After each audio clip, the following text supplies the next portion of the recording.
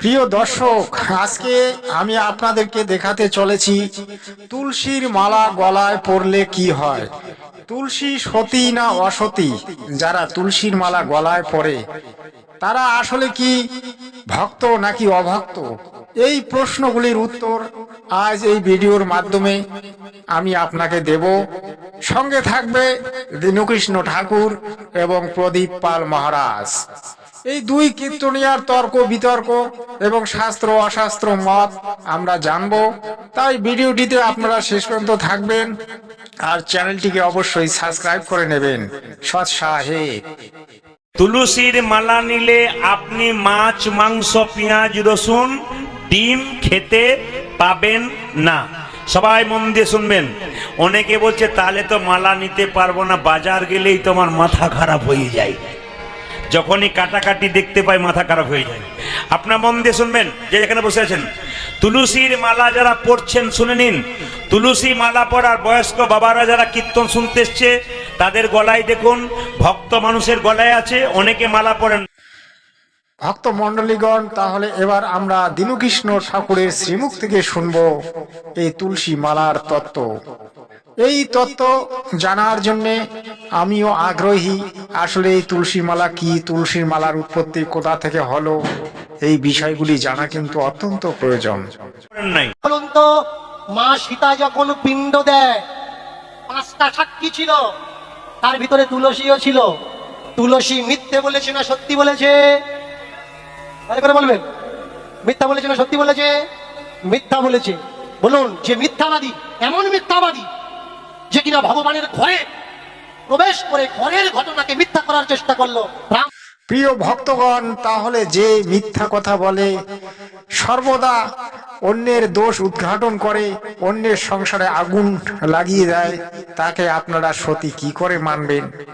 সেই বিষয়টি আজকে মহান কীর্তনিয়া দীনকৃষ্ণ ঠাকুর মহাশয় বলবেন। কারণ বাংলার প্রিয় কীর্তনিয়া দীনকৃষ্ণ ঠাকুর, কেউ মানুক আর না মানুক, আমার শ্রোতাগণ অবশ্যই মানেন। কারণ আমার কাছে হাজারো কমেন্ট আসে, তারা দীনকৃষ্ণকেই সাপোর্ট করেন। এই জন্য আমার চ্যানেলে দীনকৃষ্ণই অত্যন্ত প্রিয়। সৎ সাহেব, রামকে ভুল বোঝানোর চেষ্টা করলো। সেই মিথ্যাবাদী যদি আপনি গলায় রাখেন, তাহলে বলুন কৃষ্ণ সাধনা হবে? কৃষ্ণ সত্য না মিথ্যা? তাহলে যে মিথ্যা কথা বললো, যে নিজে ঠিক নেই, সে আপনাকে ঠিক পথে কিভাবে চালনা করবেন? প্রিয় ভক্তগণ, আপনারা শুনলেন দীনকৃষ্ণ ঠাকুর মহাশয়ের কথা কীর্তন। তাহলে আপনাদেরকে বুঝে নিতে হবে যে মিথ্যাবাদী, সেই মিথ্যাবাদীকে যদি আপনি গলায় ধারণ করে রাখেন, তা আপনি কি করে সত্যবাদী হবেন? সে তো আপনাকে অনবরত মিথ্যা কথা বলাবে আর তামসী গুণ দেবে। এটাই তো সত্য। একজন আমাকে প্রশ্ন করছে, মালা পড়লেই কি ভক্ত হওয়া যায়? প্রদীপ বাবু, দামি কথা। দোকান থেকে মালা কিনতে পাওয়া যায়, পড়লেই কি ভক্ত হয়? জোরে বলুন হা না না। দোকান থেকে বস্ত্র কিনতে পাওয়া যায়, পড়লেই কি ভক্ত হয়? আগে ভেতরটাকে সাজাতে হয়, তারপর মালা পড়তে হয়। আপনাদেরকে একটা কথা বলবো, মালা পরার আপনাদের কারো দরকার নাই। আগে আপনাদের ভেতরটাকে সুন্দর করুন, আগে জমি তৈরি করুন। প্রিয় ভক্তগণ, আপনারা শুনলেন এই প্রদীপ পাল মহারাজের কথা কীর্তন। তাহলে জমিটা কিভাবে তৈরি করতে হবে সেই বিষয়টি কিন্তু এবার জানা অত্যন্ত দরকার। সৎ সাহেব, জমি যদি তৈরি না করেন তাহলে বীজ ফেলে কোনো লাভ নাই। ওই জন্য আপনাদেরকে বলবো, মালা পরার দরকার আছে, সাজের দরকার আছে। কেন বলুন তো সাজের দরকার কেন আছে? একটা ছোট্ট কথা বলে রাখি। আপনি তুলসীর মালা পরেছেন, রাস্তা দিয়ে পেরিয়ে যাচ্ছেন, কারো পেয়ারা গাছে একটা ডাল ঝুলছে, দুটো পেয়ারা টুকটুক করে তাকাচ্ছে। আপনি পেয়ারা তুলতে যাচ্ছেন আর থমকে যাবেন। কেন বলুন তো? পেয়ারা তুলছে মানে লোকে যদি বলে, এ মালা পরেছিস, তিলক করেছিস, তুই চুরি করছিস, পাছে লোকে কিছু বলে। প্রদীপ বাবু, তাহলে পাশে কিছু লোকে বলে, ব্যাপারটা একটু বুঝিয়ে সুঝিয়ে বলুন দর্শককে। কারণ আপনি তো একটু গুছিয়ে গাছিয়ে বলতে পারেন। তা আগে বলুন কি করবে পাবলিক। সৎ সাহেব, তার জন্য মালার দরকার। মালা হলো মাস্টার। আপনি জানেন না তুলসীর মালা না নিলে কীর্তন করা নিষিদ্ধ, কীর্তন শ্রবণ অপরাধ? ঠিক ঠিক ঠিক বলছি। আচ্ছা বলো তো দেখি, তুলসীর স্বামীর নাম কি? মায়ের একটু বলবেন, তুলসীর স্বামীর নাম কি? শঙ্খচূড় দৈত্য। তুলসীর স্বামী কি দৈত্য, ভালো করে খেয়াল করবেন, দেবতা নয় কিন্তু দৈত্য। দেবতা দানবের যখন যুদ্ধ হয়, দেবতা আর দানবের মধ্যে যখন যুদ্ধ হয় তারপরে কি ঘটে যায় সেটা এবার আমরা মহান কীর্তনীয় দীনকৃষ্ণ ঠাকুরের শ্রীমুখ থেকে শুনবো। তিনি আসলে সত্য তত্ত্ব দিচ্ছেন। এই সত্য তত্ত্বগুলি জানা কিন্তু আমাদের প্রত্যেকের প্রয়োজন। তাই ভিডিওটিতে শেষ পর্যন্ত থাকবেন সৎ সাহেব। এই শঙ্খচূড় দৈত্যের স্ত্রী যার নাম তুলসী, এর উপরে আশীর্বাদ ছিল, যতদিন তোমার সতীত্ব থাকবে ততদিন তোমার স্বামীর জীবন থাকবে, যেদিন তুমি অসতী হবে সেদিন তোমার স্বামীর মৃত্যু হবে। বলুন তো, এই তুলসীর অসতীত্ব অসত্য তত্ত্বে রূপান্তরিত কে করেছিল? নারায়ণ, তাই না? শঙ্খচূড় দৈত্য সেজে নারায়ণ ছলনা করে সতীত্ব হরণ করে আর মৃত্যু হয়। তাহলে ঠাকুর মহাশয়, এই নারায়ণ কেমন ভগবান যে তুলসী দেবীর সতীত্ব হরণ করলো? এটা কি করা তার উচিত হয়েছে? যে তুলসী দেবী এত বড় মহান সতী ছিল, তার সতীত্ব তিনি হরণ করলেন। তিনি কেমন ভগবান? যে পূর্ণ ভগবান হয় সে কিন্তু কখনো কারো সতীত্ব হরণ করে না। সেই পূর্ণ ভগবান যে মানুষকে ভালোবাসে, যে মানুষের দুঃখ বোঝে, যে মানুষের জন্য কর্ম করে, যে আমাদের পরমাত্মা পূর্ণ ব্রহ্ম কবির সাহেব, তিনি চিরকালেই সত্য পুরুষ, তিনি ব্রহ্মচারী, তিনি আজীবন সত্য পুরুষেই থাকবেন এবং সত্য পুরুষ ছিলেন। তিনি হচ্ছেন অখিল বিশ্ব ব্রহ্মাণ্ডের মালিক, তিনি হচ্ছেন আমাদের পরম পিতা, আত্মারও পিতা। তাহলে কেন আপনারা এই বিষ্ণু ব্রহ্মা শিবকে একদম ভগবানের আসনে বসিয়ে পূজা করছেন? যে কৃষ্ণকে আপনারা বড় মনে করছেন, সেই কৃষ্ণ তো হলো ওই বিষ্ণুর অবতার, ওই ছল চাতুরীর অবতার। তাহলে কেন আপনারা এদের পূজা করছেন? এরা পূজার যোগ্য নয়, এরা সাধনার যোগ্য। সাধনার পূজা কিন্তু এক নয় ঠাকুর মশাই, এটা আপনাকে বুঝতে হবে।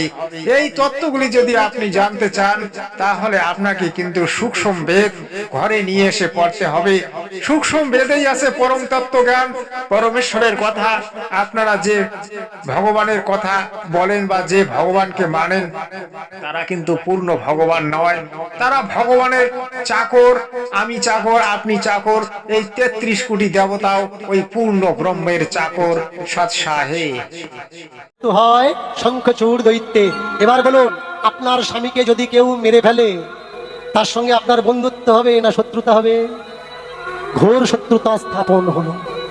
আপনারা মালা পরবেন কেন সেই বিষয়টি এবার জেনে নেওয়া যাক সৎ সাহেব। আপনারা মালা পরবেন কেন? যারা পড়াশুনো করেছেন, মালার বিজ্ঞান যুক্তি কি, বিজ্ঞান কি বলল, ধর্ম কি বলল, বাস্তব কি বলল?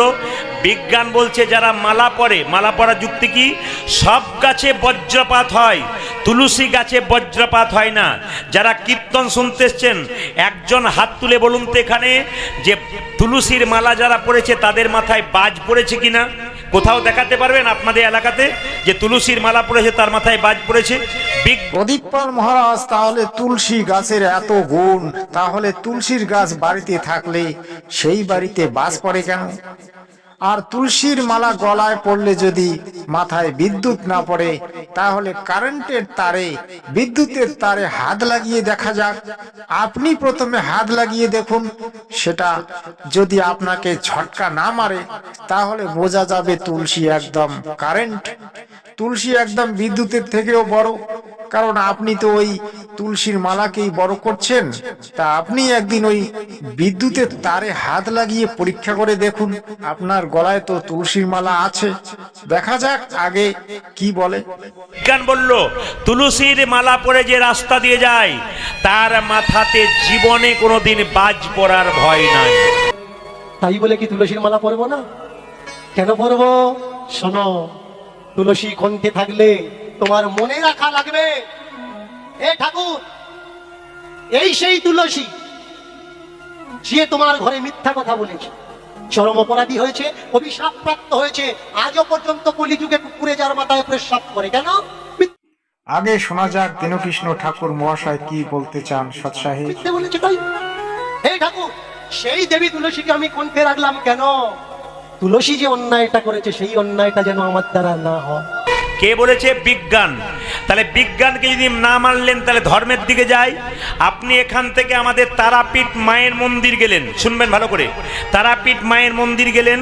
আচ্ছা কিছু মনে করবেন না, কলকাতা যাচ্ছেন ট্রেনে, যেতে যেতে হঠাৎ আপনি মারা গেলেন, তো আপনার সঙ্গে কেউ নাই, আমরা বলবো কোথাকার কে? আগে শোনা যাক প্রদীপ পাল মহারাজ কি বলতে চান, কারণ ভিডিওটি বহুত ইম্পর্টেন্ট হতে চলেছে। আপনারা ভিডিওটিতে শেষ পর্যন্ত থাকবেন। সৎ সাহেব, সৎ সাহেব। ট্রেন থেকে ফেলে দে, কিন্তু যদি আপনার কন্ট্যাক্টটা তুলসীর মালা থাকে, কি বলবো? ওরে এ আর কেউ নয়, একজন কৃষ্ণ ভক্ত বটে, একে যেখানে সেখানে ফেলে দিস না, একটি স্টেশনে নামিয়ে দে, কোনো সাধুগুরু বৈষ্ণবে কৃপা হলে দেহটা সৎকার করে দেবার ব্যবস্থা। এই জন্য আপনার দেহটা যেন মৃত্যুর পরে শিগাল কুকুরে ছিঁড়ে না খায়, তার জন্য কন্ঠ্যাক্টটা তুলসীর মালার দরকার আছে। পাল মহারাজ শেষ পর্যন্ত কি বললেন, যে তুলসীর মালা গলায় থাকলে তাহলে দেহটি যদি কোথাও পড়ে যায়, তাহলে মানুষ তুলসীর মালা দেখে ওই দেহটিকে সংস্কার করবে, আর কুত্তা শ্রীগালকে খেতে দেবে না। এই ধরনের তুলসীর মালা ধারণকারী অনেক মানুষ জঙ্গলে শ্মশানে পড়ে থাকে, এবং কুত্তা গাধা বলে মানুষ ওটাকে ওই ড্রেনে ফেলে দেয়। ভাই এই সমস্ত কথা বর্তমান যুগে চলে না। আসলে তুলসীর মালার তত্ত্ব উনি জানেন না। আপনারা তত্ত্ব রসামিত জ্ঞান মঞ্জুরি পড়ে দেখবেন, তুলসীর মালার তত্ত্ব ওখানে পাবেন। তুলসী হচ্ছে কামনা বাসনার প্রতীক। কামনা বাসনার প্রতীক শব্দটাকে আপনাদেরকে বুঝে নিতে হবে। প্রতীক হচ্ছে আমি কামনা বাসনা করি, তাই আমি এই তুলসীর মালাটি গলায় ধারণ করে রেখেছি। যারা তুলসীর মালা গলায় ধারণ করে থাকে তাদের কামনা বাসনা দেখলে আপনি অবাক হয়ে যাবেন। তারা একতলা বিল্ডিং করেছে, তারপরে 10 তলা বিল্ডিং করার স্বপ্ন দেখছে। তা এই তুলসীর মালা যারা ধারণ করে তারা আসলে কামনা বাসনাকে জেগে তোলে। আর এই তুলসীর মালা গলায় থাকলে আপনি ওই ব্রহ্মা বিষ্ণু মহেশ্বরেরই ভক্তি করবেন, আর উপর অঙ্কের ভক্তি তত্ত্ব আপনার কর্ণে ঢুকবে না।